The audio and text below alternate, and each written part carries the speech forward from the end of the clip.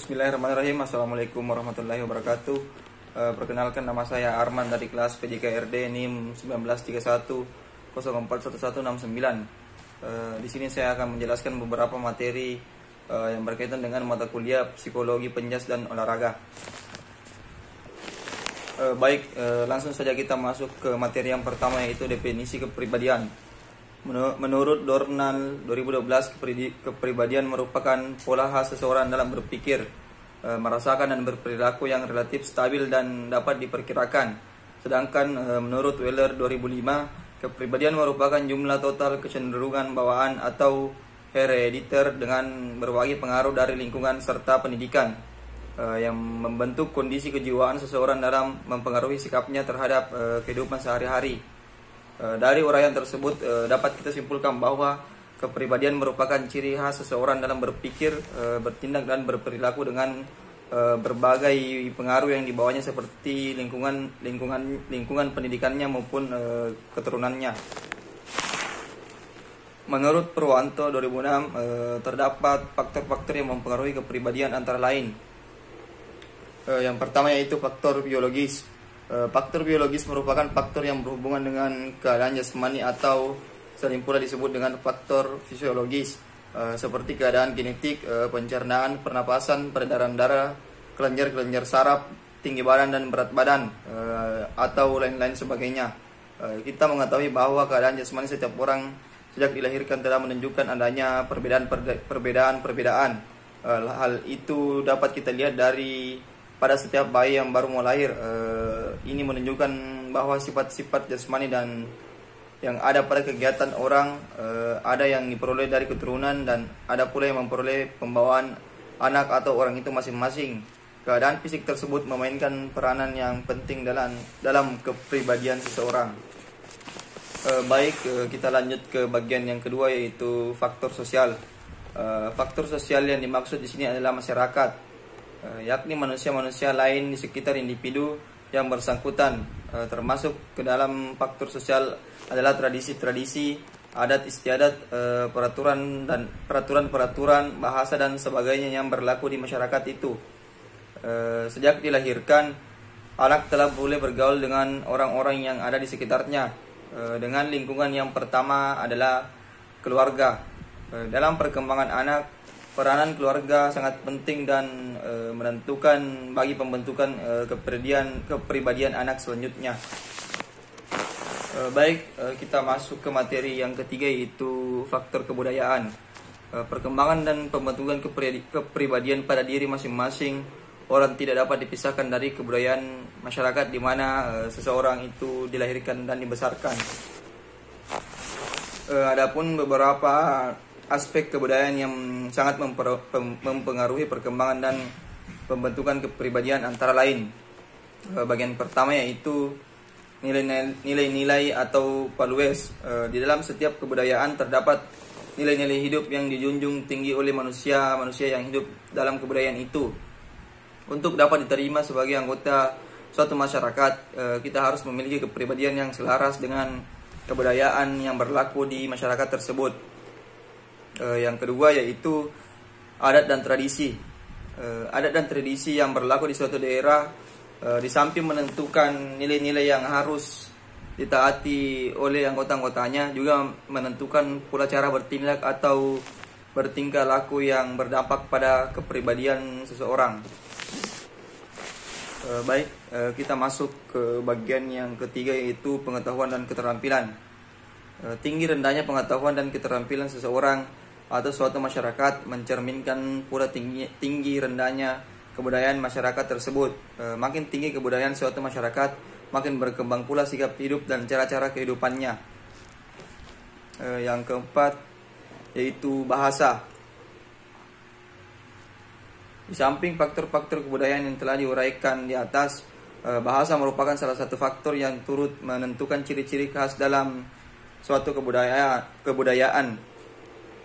Betapa erat hubungan bahasa dengan kepribadian manusia yang memiliki bahasa itu, karena bahasa merupakan alat komunikasi dan alat berpikir yang dapat menunjukkan bagaimana seseorang itu bersikap, bertindak dan bereaksi serta bergaul dengan orang-orang lain di sekitarnya. Selanjutnya itu bagian terakhir, milik kebendaan atau materi possession. Semakin maju kebudayaan suatu masyarakat atau bangsa, makin maju pula dan modern pula alat-alat yang dipergunakan bagi keperluan hidupnya.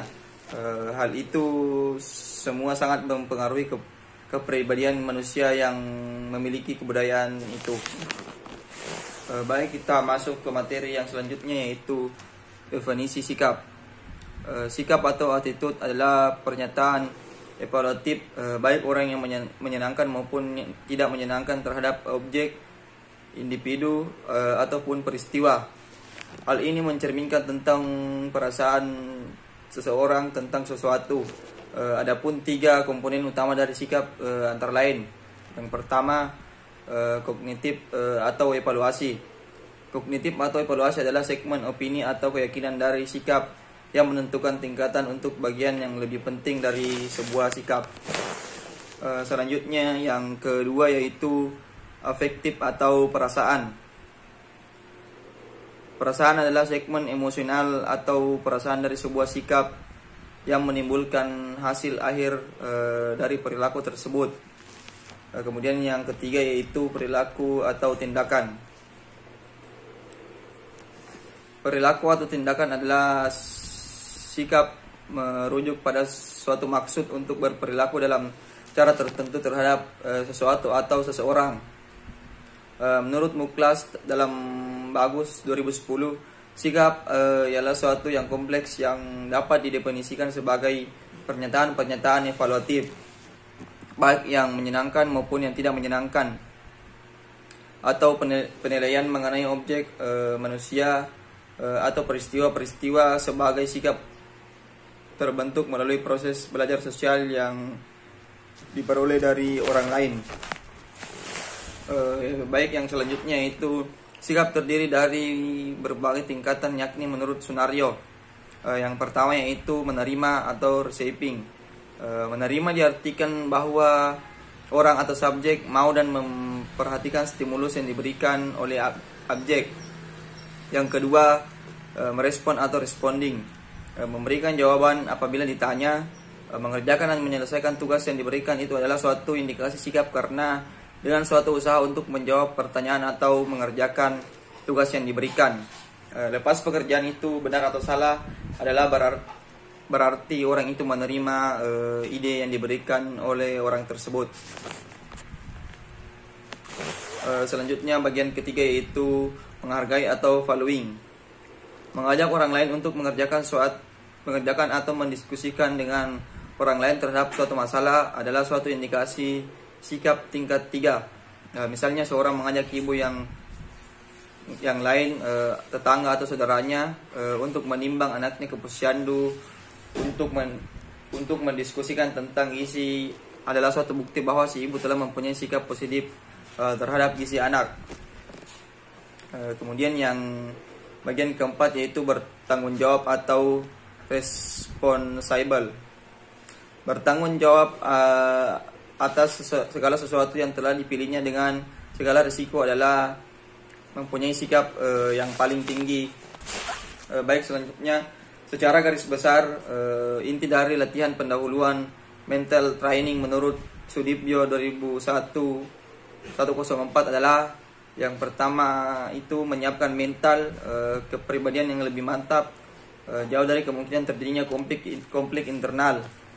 Yang kedua yaitu menguatkan kondisi fisik, mental, khususnya melalui latihan pernapasan, relaksi dan konsentrasi. Dan yang terakhir yaitu menyiapkan agar atlet lebih siap menerima beban mental dengan pemikiran positif dan perasaan positif terhadap diri sendiri maupun lingkungan sekitarnya.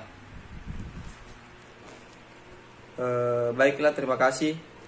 Mungkin cukup sekian materi yang sempat saya paparkan. Lebih dan kurangnya mohon dimaafkan. Wabillahi taufiq wal hidayah.